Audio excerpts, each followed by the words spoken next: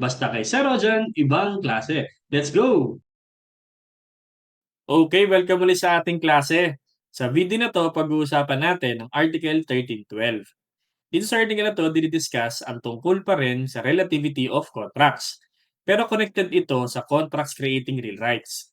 Ano nga ba ibig sabihin ng real right at bakit siya connected sa Article 1311? Bakit nga ba? Ready ka na?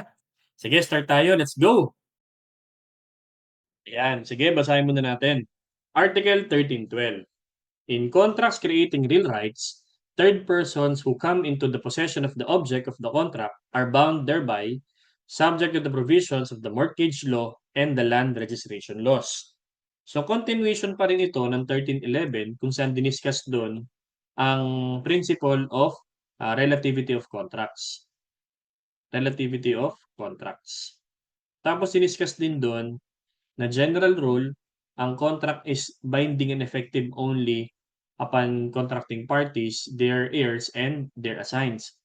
Diniscuss din doon na general rule, third persons are not affected and bound by the contract simply because they're not party to the contract. Pero may exception dito na sinabi sa 1311. Exception if we have stipulation for outrui. Okay? Yan. Ano ibig sabihin ulit yan? Ito yung mga stipulations favoring third person. Ibig sabihin, pag may stipulation favoring third person, kasama na sila sa contract. Okay, binding na yung contract. Then sa kanila, they can demand fulfillment. Itong 1312, this is another stipulation. Yan. Number 2. Ang contracts, binding na ang third person kung ang contract ay may real rights. Okay? If contracts create real rights. Yan. Create real rights. Yan. Ano ibig sabihin yan? So pag sinabi nating real right, it directly affects the property subject to it.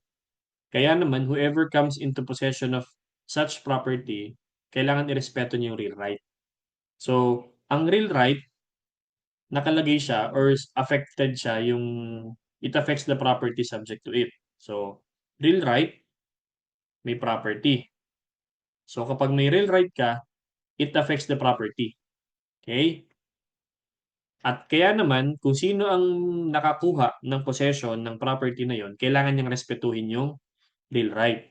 So, ibig sabihin yan, whoever comes into possession, whoever comes into possession must respect the real right. Okay? Must respect the real right. So, pag may real right attached to the property, kung nakanin yung property, kailangan niyang irespeto yung real right na naka-attach dun sa property na yon. At sa papaanong mangyayaring magkakaroon ng real right? Pag naka-register. Okay? So, the real right over the real property, by the way, real property pinag-uusapan natin dito.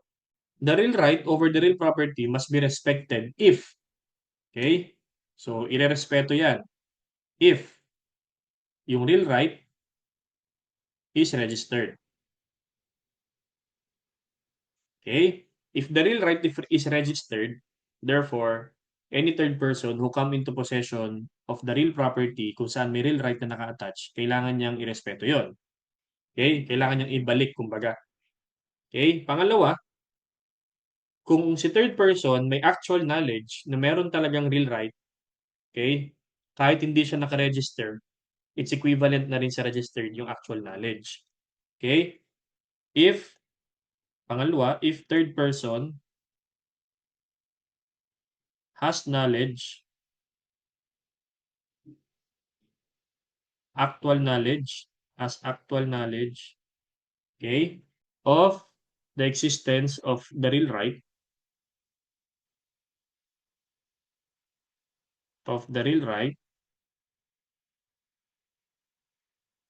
okay, ituturing na rin na parang registration ang pinag-uusapan. So, actual knowledge is equal to, para na rin siyang registration. Parang naka-register na rin yung real right. O saan ba nire-register ang real right? Okay? pwedeng sa Registry of Property. So, yung sinasabing registered sa Registry of Property. Okay? Yan. Kung saan yung Registry of Property. Yan. Halimbawa, si A, pinapaupahan niya yung kanyang lupa kay B. So, lease. Okay? So, yung right dun sa lease was recorded in Registry of Property. Kung sakaling ibenta bigla ni A yung lupa sa third person habang pinapaupahan kay B, pwede bang kailangan bang irespeto ni C yung lease? Yes. Kahit na hindi party si C sa contract of lease, dahil nakaregister yung right ng lease sa isang registry of property, kailangan ng respetuhin yon. So, because the land has now come into his possession, and there being a duly registered real right, kailangan i-respect niya yung real right. So, ulitin ko lagay ko dito. For example, si A, pinapaupahan niya yung land, leases land kay B. Tapos ang ginawa ni B, yung contract of lease, no? Pinaregister niya yung right sa Registry of Property.